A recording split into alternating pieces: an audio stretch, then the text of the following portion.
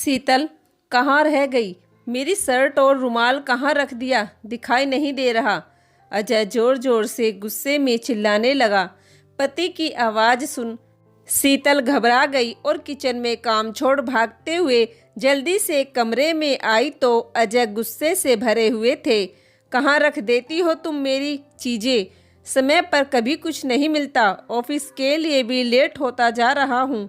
बहुत ज़्यादा लापरवाह होती जा रही हो आजकल, अजय ने कहा। शीतल ने फटाफट अलमारी की ड्रॉअर से रुमाल और हैंगर से शर्ट निकालकर अजय को दे दिया, लेकिन शीतल के दिमाग उथल पुथल मच गई। आज शादी के इतने सालों बाद भी शीतल अपने मान सम्मान के लिए तरस रही है।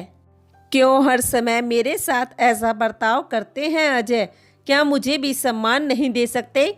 ऐसे विचारों की तंद्रा से उसका मन बहुत आहत हो गया था। दीपावली पर सास ससुर आए हुए थे।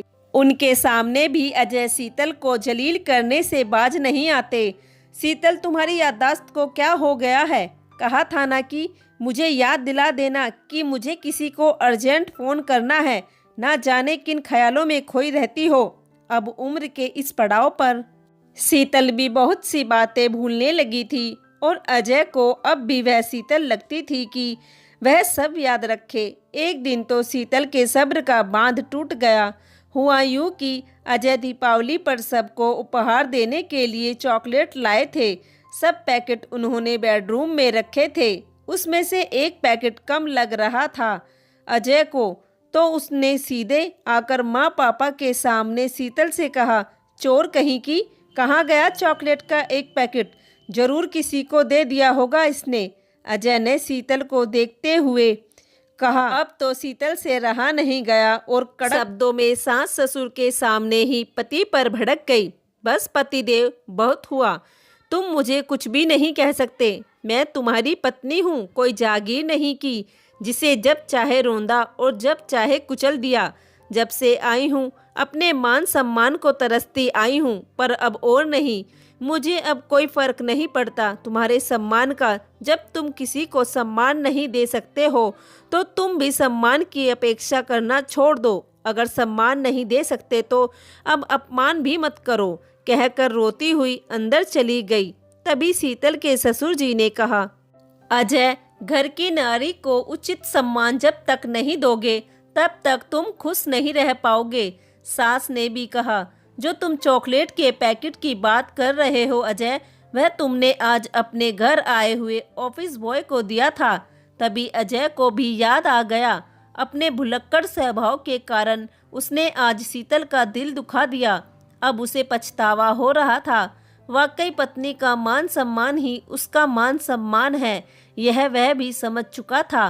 वह उठकर कमरे में शीतल से माफ़ी मांगने के लिए चला दिया।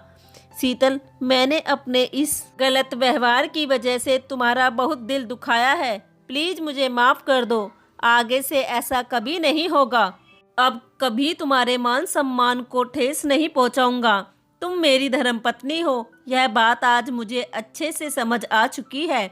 अजय शीतल से माफ़ी मांगते हुए बोला। शीतल बोली, अजय, पति पत्नी का रिश्ता बहुत नाजुक होता है। इस रिश्ते को बरकरार रखने के लिए पति पत्नी को एक दूसरे के लिए विश्वास, मान सम्मान और प्यार की जरूरत होती है। आज तुम्हें अपनी गलती का एहसास हो गया।